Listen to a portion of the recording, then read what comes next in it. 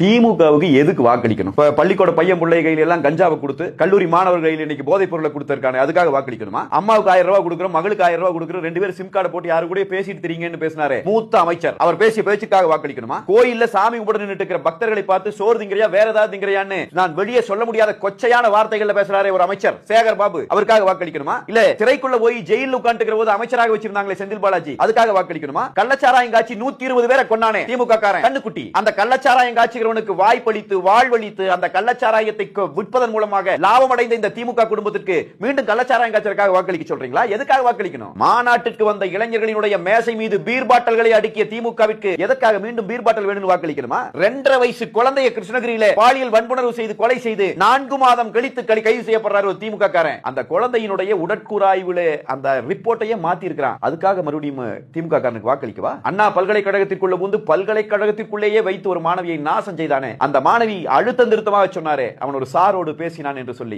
அந்த கொடூரமான குற்றவாளியை கைது செய்துட்டு வந்தபோது அவன் வீட்டில் உட்கார்ந்து இந்த ஸ்டாலின் அமைச்சரவையின் அமைச்சர் மா சுப்பிரமணியம் உணவருந்தி கொண்டிருக்கிற படங்கள் வெளியே வந்ததே, அதற்காக மறுபடியும் வாக்களிக்கிறதா இந்த திமுகக்கு? அதற்காக வாக்களிக்கலாமா? 5 லட்சம் கோடி கடன் வாங்கி வச்சிருக்கான், அதுக்காக வாக்களிக்கிறதா? தெய்வ செயல் பண்ண வேலைக்காக வாக்களிக்கணும்னா வாக்களிங்க. ஒரு பெண்ணு வந்து கதர்னாலே ஆளுநர் மாளிகை முன்னாடி நின்னுட்டு இந்த தெய்வ செயல் என்கிற திமுக காரன் எங்கள் காதலிக்கிற மாதிரி காதலிச்சு எங்களை கூட்டிட்டு போய் திமுகவினுடைய முக்கியமான தலைவர்களுடன் வந்து எங்களை விலைபேசி விற்கிறான் என்று சொல்லி அந்த பொண்ணு வந்து கதர்ச்சில, அதுக்காக வாக்களிக்கணுமா திமுகக்கு?